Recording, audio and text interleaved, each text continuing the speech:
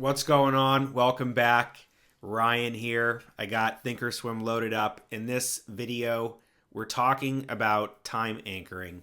Now, I'm not sure if you've heard that expression before, but when we're trading, and for instance, when we come in here and let's look at the ES again.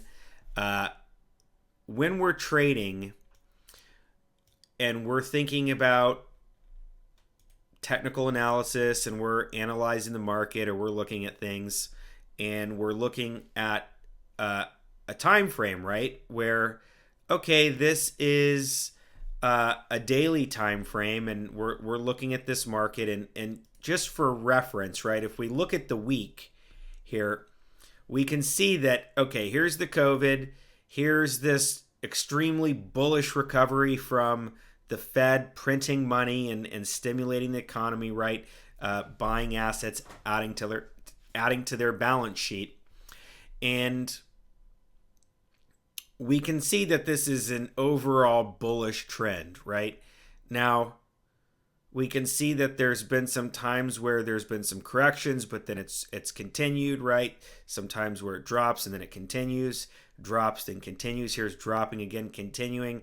Now, when we talk about time anchoring, we just want to think that we want to look at the overall trend and what the market's doing on the longer time frames, and then we drill down into the shorter time frames, but we never go against the overall trend of the market on the longer time frame, right? So until this extremely bullish upward trend is like really broken, right? Where, for instance, on this weekly schedule, I would consider this trend broken where, for instance, like this 42 level right here, if this were to be broken, right? So, coming into the day, right? So we know that the overall trend on the weekly time scale is bullish. And when we look at that here on the daily, we can see, okay, so we know that on the weekly it's bullish, right? And we can see that, okay, here the market's had a little dip and now it's kind of recovered. And we can see, if we think about our technical analysis here, okay, here's the high, 47.40 and 50 cents, right? We can also see that there's like major resistance though, right through this area right here, right? This is subjective, right? I'm just kind of estimating. And let's take those off and futures. All right, so just clean that up a little bit. So, okay, on this daily, time here, okay, we know that the weekly is bullish, right? There's some resistance here, but we're drilling down into this daily.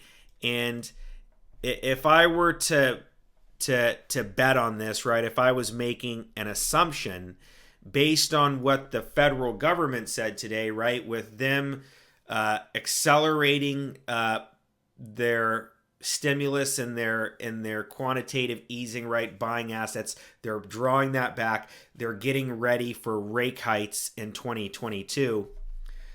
I would think that this market would rally and make more new all-time highs as we get into the new year and as we approach those rate hikes, right? Now, once the rate hikes happen, anything could happen, right? The market could get smashed, right? There's all different things that could happen.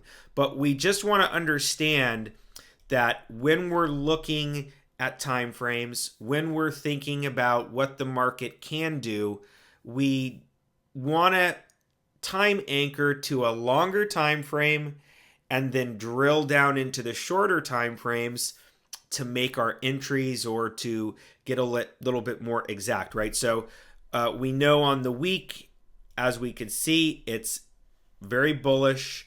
Then we come down into the day and we can see, okay, now there's some resistance here, but still the market making a bullish move. I would say that if this breaks above here and then retest, this could be a place where it could then continue upwards and make new highs. It could also trade sideways and then it could also go down, right? But we want to use these time frames. We want to time anchor, and let's get a little deeper, right? So if we look on the 4 hour, so each of these bars is 4 hours now, and again we can see some of this resistance here, but again the market moving up. And right, so I'm curious what you think, right? Just looking at this, right? Maybe send me an email or reach out, and if you're taking this course and you're going through this, obviously the markets are going to be changing. They're always changing. But when you look at a scenario like this, I mean, this looks pretty bullish to me, right? You have the market constantly coming up here to this $4,700 level, which is psychologically a big level. And then, 48, 49, and then 5,000 would be a real huge one. And, here's where we just had this Fed meeting. Okay, here's the market reacting to that. Now, if we drill down here even tighter into the hour, right, we're getting more resolution, right? We're seeing these smaller increments of time, but our overall bias is still based on that longer time frame. And you just want to know that this applies like in different ratios, right? So we could look at the week to the day, we could look at the day to the 4 hour, we could look at the 4 hour to the hour, we could look at the hour to the half hour, right? We could look at the day to the hour, right? There's all those different ratios of time, but important to understand that we don't want to trade against the trend on the longer time frame. Okay, so I know this is going to help you. I know that as you progress, as you get more confident, and as you start looking at more price action, you start becoming more familiar with different assets and the way they move and kind of how each asset has a different personality. You're definitely going to see where this is going to come in handy, right? Where you're looking at the longer time frames, you're basing your biases on that and your assumptions, and then you're drilling down into the shorter time frames to make your entries. So again, super excited. Let's continue, and I will see you in the next video.